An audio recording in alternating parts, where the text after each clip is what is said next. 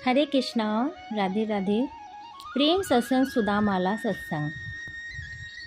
आज हम 91 मड़ी पे आ गए हैं।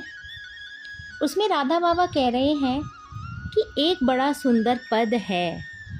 श्याम श्याम रटते राधा श्याम ही भैरी, पूछत सखियन सो प्यारी, राधे कहाँ गई रे। श्याम श्याम रटत राधा श्याम ही भैरी। यहाँ प्रेम की बड़ी विलक्षण अवस्था होती है। श्री राधा श्री कृष्ण बन जाती हैं और श्री कृष्ण श्री राधा बन जाते हैं। यह कवि की कोरी कल्पना नहीं है। यह दिव्य चिन्मय प्रेम धाम में होने वाली लीला को अनुभव करके उसकी झांकी का वास्तविक चित्र खींचा गया है।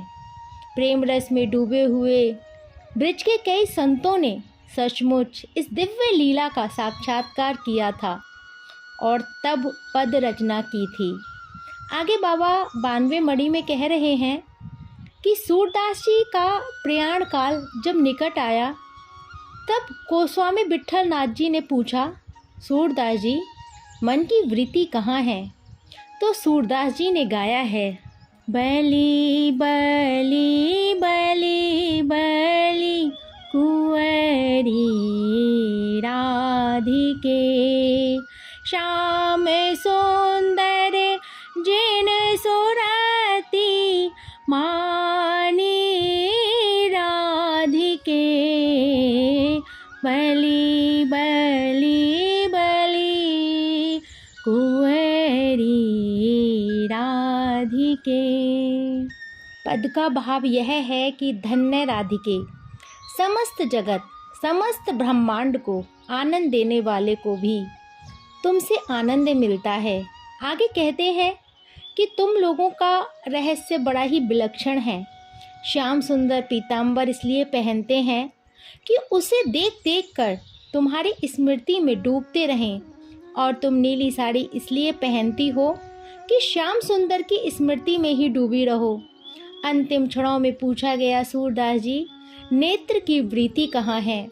उस पर उन्होंने गाया है, खंजन नैन रूप रस माते, अतिशय चारु चपल अनियारे, पल पिंजरा ना समाते,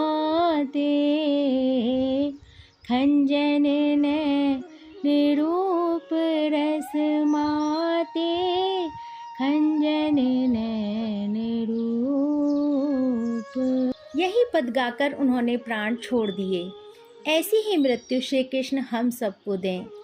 आगे बाबा 93 मड़ी में कह रहे हैं कि प्रेम का आरंभ यहाँ से होता है। भगवान की इच्छा पूर्ण हो, वो जिस बात से प्रसन्न हो वही हो। मुझे अनंत जन्मों तक नरक में रखकर वे प्रसन्न हो तो मुझे स्वर्ग नहीं चाहिए, मुझे नरक में भिजवा दें। मुझे जलाने में उनको सुख हो तो सदा जलाएं। यह बात नहीं है कि प्रेमी ऊपर से खाली कहता ही हो, वह सचमुच नरक में जाने के लिए तैयार रहता है। तथा यह बात भी नहीं है कि वह जानता है कि हमें नरक तो जाना ही नहीं पड़ेगा।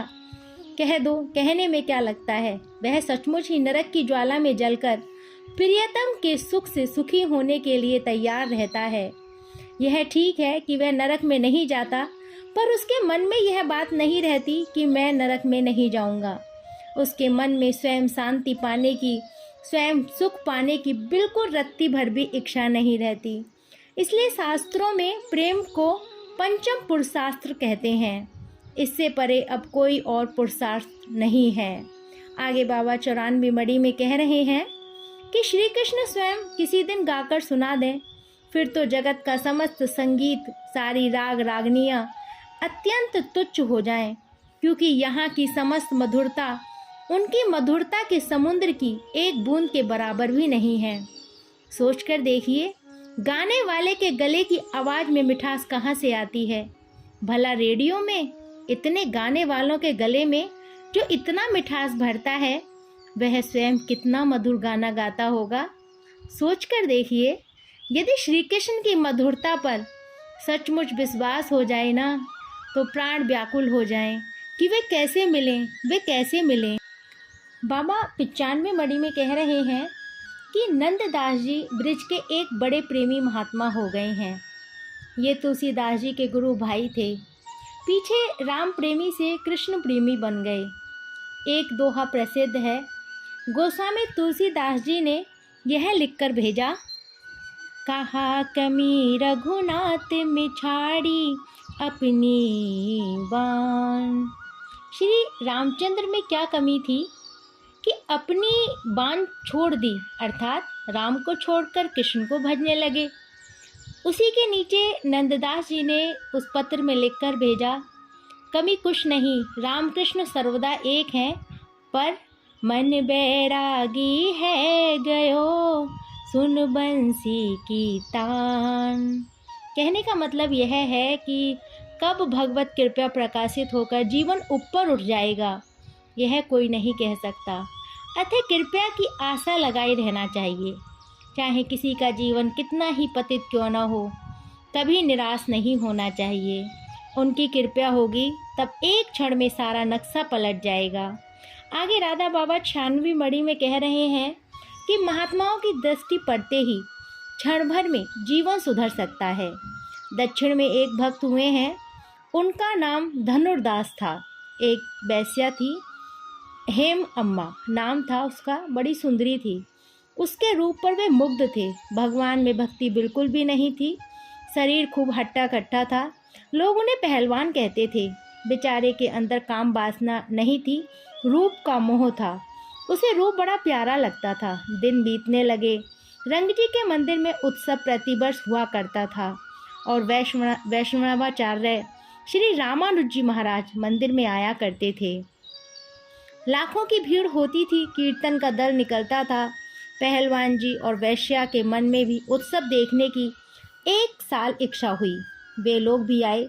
कीर्तन में लोग मस्त थे। भगवान की सवारी सजाई गई थी। हजारों आदमी आनंद में पागल होकर नाच रहे थे। पर पहलवान जी को उस वैश्या के मुख की शोभा देखने से ही फुर्सत नहीं थी। वे वहाँ भी एकटक उस वैश्या हेम अम्बा को ही देख रहे थे। श्री रामानुजाचार्य जी की दृष्टि पड़ गई। इतने बड़े महात्मा की दृष्टि पड़ी, भाग्य खुल गया। श्री रामानुजाचार्य जी बोले, यह कौन है? उनको दया आ गई थी। लोगों में यह बात प्रसिद्ध थी ही। सबने सारा हाल कह सुनाया। श्री रामानुजाचार्य जी डेरे पर गए और कहा, उसे बुला लाओ। पहलवान जी आए। श्री रामानुजाचार्य जी ने पूछा, भैया लाखों आदमी भगवान के आनंद में डूब रहे थे, पर तुम मल मूत्र के भांड पर दृष्टि लगाए हुए थे, ऐसा क्यों? पहलवान ने बताया, महाराज जी, मैं काम वासना के कारण उस वैश्या को प्यार नहीं करता। मुझे तो सुंदरता प्रिय है। हेम अम्मा की जैसी सुंदरता मैंने और कहीं भी नहीं देखी, इसलिए मेरा मन दिन रात उसी में फंसा रहता है। आचार्य जी बोले, भैया यदि इससे भी सुंदर कोई वस्तु तुम्हें देखने को मिले तो इसे छोड़ दोगे? पहलवान बोले, महाराज जी, इससे भी अधिक सुंदर कोई वस्तु है? यह मेरी समझ में ही नहीं आता। आचार्य जी बोले, अच्छा, संध्या को मंदिर की आरती समाप्त होने के बाद आ जाना, केवल मैं रहूँगा। पहलवान जी अच्छा कहकर चले गए। श्री रामानुजाचार्य जी मंदिर में गए और भगवान से प्रार्थना की कि प्रभु, आज एक अधम का उद्धार करो। एक बार के लिए उसे अपने त्रिभुवन मोहन रूप की एक हल्की सी झांकी दिखा दो। इतने बड़े महात्मा की प्रार्थना खाली थोड़े जाती। अस्तु, संध्या समय को पहलवान आए। श्री रामानुजाचार्य जी पकड़कर भीतर ले गए और श्री विग्रह की ओर दिखाकर बोले, देखो, ऐसा सौंदर्य तुमने कभी देखा है? पहलवान ने दृष्टि डाली। एक क्षण के लिए जन साधारण की दृष्टि में दिखने वाली मूर्ति नहीं रही, स्वयं भगवान ही प्रकट हो गए और पहलवान उस अलौकिक सुंदरता को देखते ही मूर्छित होकर गिर पड़े। बहुत देर के बाद होश हुआ। होश होने पर श्री रामानुजाचार्य जी के चरण पकड़ लिए और बोले, प्रभु अब वह रूप ही निरंतर देखता रहूं, ऐसी कृपया कीजिए। फिर श्री रामानुजाचार्य ने उन्हें मंत्र दिया। वे उनके बहुत प्यारे शिष्यों में तथा एक बहुत पहुँचे हुए महात्मा हुए। आज भी ऐसी घटनाएं होती हैं, पर लोग जान नहीं पाते। यदि किंचित जानने पर भी अंतःकरण की मलिनता के कारण विश्वास नहीं कर पाते हैं। आगे राधा बाबा 97वीं मणि में कह रहे हैं कि सूरदास जी के पूर्व जन्म की एक विचित्र बात आती है। उद्धव जब ब्रज सुंदरियों को ज्ञान सिखाने गए थे, तब अंत में खूब फटकारे गए थे। फिर गोपियों ने दिखाया कि देखो, श्याम सुंदर यहाँ से एक क्षण के लिए भी नहीं गए हैं। जब उद्धव ने यह देखा तब वे दंग रह गए। फिर चेष्टा की कि भीतर निकुंज में प्रवेश करें, पर ललता सखी की आज्ञा से रोक दिए गए। उद्धव ने खींचकर साफ दे दिया कि जाओ मृत्युलोक में। ललता जी ने भी कहा कि तब तुम भी अंधे बनकर वहीं चलो। यह प्रेम का विनोद था, पर आखिर जवान तो उनकी सच होकर ही रहती थी। इसलिए एक अंश से ललता जी ने अवतार धारण किया और उद्धव ने भी एक अंश से सूरदास के रूप में जन्म लिया। यह ललता जी अकबर बादशाह के यहाँ एक हिंदू बेगम के पास पली। बेगम उन्हें बहुत छिपाकर रखती थी, पर एक दिन बादशाह ने देख लिया। उसने जीवन भर में ऐसी सुंदरता देखी ही नहीं थी।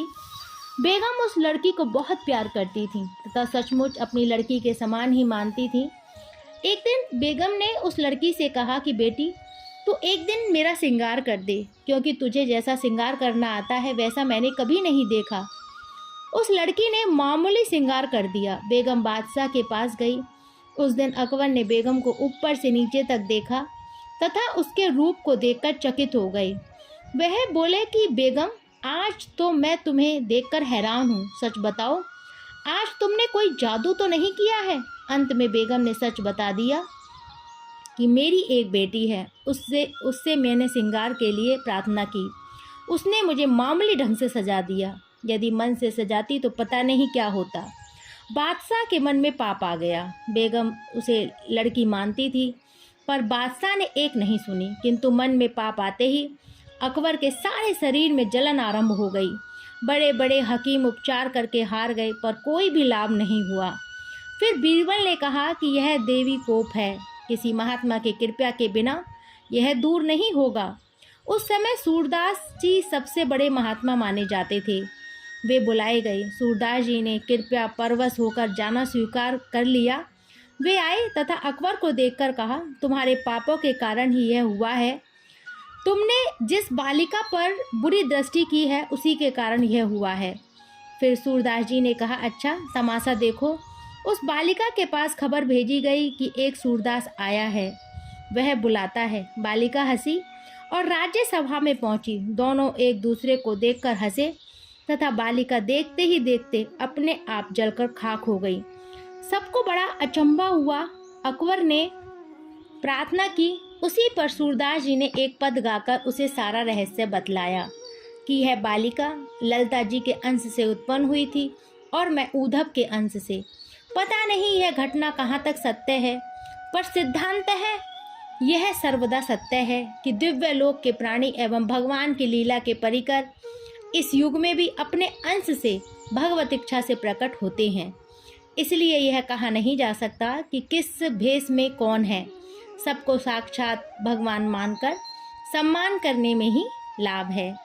कल इससे आगे का सत्संग होगा। जब तक के लिए हरे कृष्णा, राधे राधे।